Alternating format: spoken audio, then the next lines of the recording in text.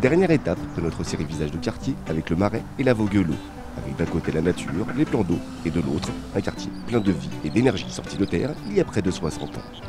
Le Marais, donc les années 1964-67, toujours réalisé par cet urbaniste Kalsat, qui a véritablement modernisé Schiltigheim à une époque où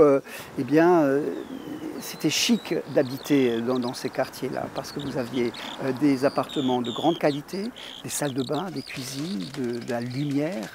Il n'y a pas de tours, ce sont des bars de 5 étages au grand maximum. Les personnes qui habitent ce quartier, se sentent du quartier, disent on est du Marais, ça fait vraiment partie d'une espèce de communauté, de reconnaissance. En plein cœur du Marais, la place centrale est un lieu d'échange, de partage et de passage. Son défaut, une rue qui la traversait et la rendait risquée pour les dizaines d'enfants qui l'empruntent chaque jour. Les enfants jouent sur cette place centrale et par contre elle est traversée par des voitures. Donc avec les mamans du quartier, en concertation avec elles, il a été décidé avec la ville de mettre fin à ce passage qui traverse la place centrale. Donc c'est une place apaisée. Et cette place est amenée à changer également puisque au niveau du budget participatif, ces mêmes mamans, proposent des aménagements pour pouvoir passer éventuellement, faire un pique-nique ou des choses un peu plus conviviales qui rassemblent tout le monde. Rue du Languedoc, un nouveau parc de jeux a vu le jour en 2023. Le projet, porté par le service enfance-jeunesse de la ville, a été mené de manière participative avec les enfants du Marais. Son nom, le Parc des Rêveurs. Ce parc s'appelle effectivement Parc des Rêveurs du Marais parce que c'était un rêve au départ. Les enfants avaient plein d'idées et avec leurs enseignants, ils sont allés voir un peu partout d'autres terrains de jeu pour pouvoir se décider sur quel jeu ils aimeraient voir à cet endroit. Parce que cet endroit était vraiment un endroit délaissé. Ce n'est pas un parc qui est en plein soleil. On peut effectivement choisir un petit lieu sympathique pour se reposer. Ça permet justement aux gens aussi de créer du lien, de se rapprocher entre familles, de discuter de choses et d'autres. Attendue depuis de très nombreuses années, la rénovation du centre socio-culturel va bientôt démarrer. L'opération, d'un montant de 4,6 millions d'euros, va également permettre la création d'une extension comprenant une cuisine et des salles polyvalentes. Effectivement, il a été construit dans les années 70 et il a quand même pas mal vieilli. Il n'est plus aux normes mais il était important de le rénover. Eh bien, nous l'avons fait avec l'aide des équipes du centre social, avec l'aide des équipes du service technique de la ville. On a mis en place une concertation afin que ça colle au plus près des demandes des usagers.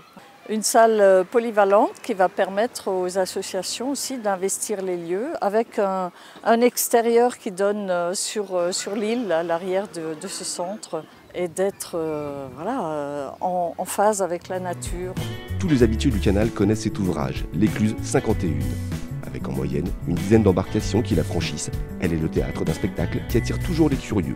Bertrand, un des éclusiers qui l'entretient, nous en dit plus. Je suis donc éclusier itinérant depuis l'écluse 42 qui est à Orphelem jusqu'à l'écluse 51. C'est la dernière écluse du canal de la Marne-au-Rhin. Une écluse, c'est un peu un ascenseur à bateau. Tous les matins, on vient et puis on regarde les niveaux d'eau. On a une tablette qui nous indique les niveaux d'eau et en fonction de ça, on fait la gestion hydraulique. Parce qu'il y a des fuites au niveau des portes, il y a le passage des bateaux et donc il faut constamment alimenter en eau pour garantir un niveau d'eau pour la circulation des bateaux. Je savais qu'il y avait des Allemands, qu'il y avait des Européens, mais j'ai déjà croisé des Américains, des Australiens, des Nouveaux-Zélandais, encore ce matin, des Israéliens qui étaient partis de Suède avec un voilier. Après, ils avaient replié le mât, ils m'ont dit qu'ils voulaient aller à Marseille. Enfin, des histoires incroyables.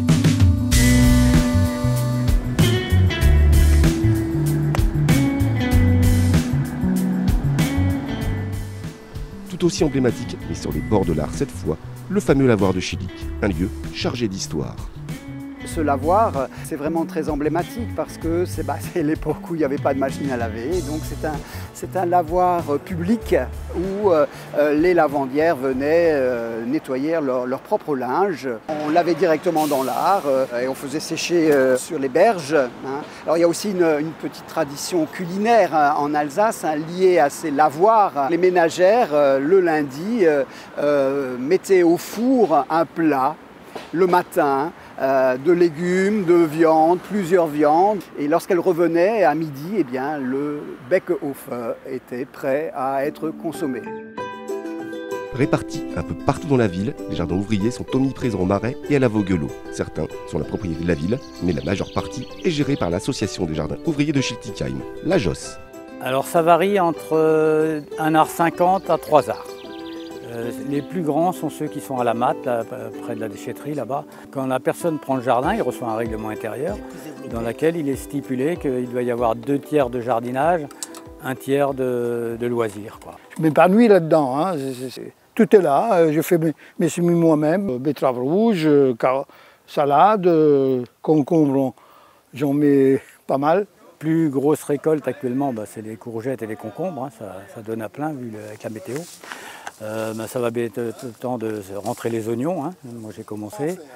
Les pommes de terre, ça attendra après les vacances, mais certains les sortent déjà. Hein. Mais on voit différents types de cultures se développer. On a pas mal de jeunes qui font de la permaculture par exemple. La Vauguelot, avec ses étendues d'eau et de forêt, est une zone de chasse. La ville, qui ne peut l'interdire, a depuis peu modifié les conditions de cette pratique. Le but étant en premier lieu de sécuriser tous les usagers de cet endroit. L'idée, c'est de sécuriser les promeneurs, les familles, les kayakistes et les cavaliers, puisqu'il y a une ferme équestre à proximité, et de faire en sorte que ceux-ci ne se prennent pas justement une balle perdue. On a lancé un appel à candidature, et il y a un chasseur qui est vraiment raccord avec nos principes, qui a repris cette chasse et qui, lui, ne chasse uniquement que le sanglier. Toute la petite faune, les oiseaux qui étaient vraiment chassés fortement sur ce territoire sont à présent protégés. Ce à quoi on est arrivé aujourd'hui, c'est d'avoir en jour non chassable les mercredis, les samedis, les dimanches, les jours fériés et la totalité des vacances scolaires. Lieu de quiétude et de détente, la Vauguelot est fréquemment un lieu où certains viennent déposer des pneus, de l'électroménager ou bien du mobilier.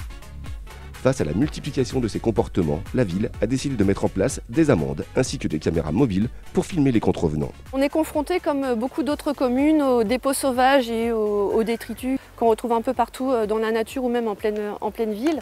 Il y aura des amendes qui pénaliseront en fait ceux qui pratiquent ces dépôts. Ces amendes iront de 200 € à 2000 € selon la nature et l'ampleur du dépôt. Il n'y a pas de tolérance vis-à-vis de ces dépôts sauvages. Et pour ce faire, il y a des caméras qui sont mobiles, qui sont disposées dans la ville pour pouvoir identifier justement et lutter contre ces désagréments. Un dernier rendez-vous aura lieu le 27 août au Parc de l'Ar pour clôturer Visage de quartier. Ce sera également l'occasion d'inaugurer le nouveau skatepark.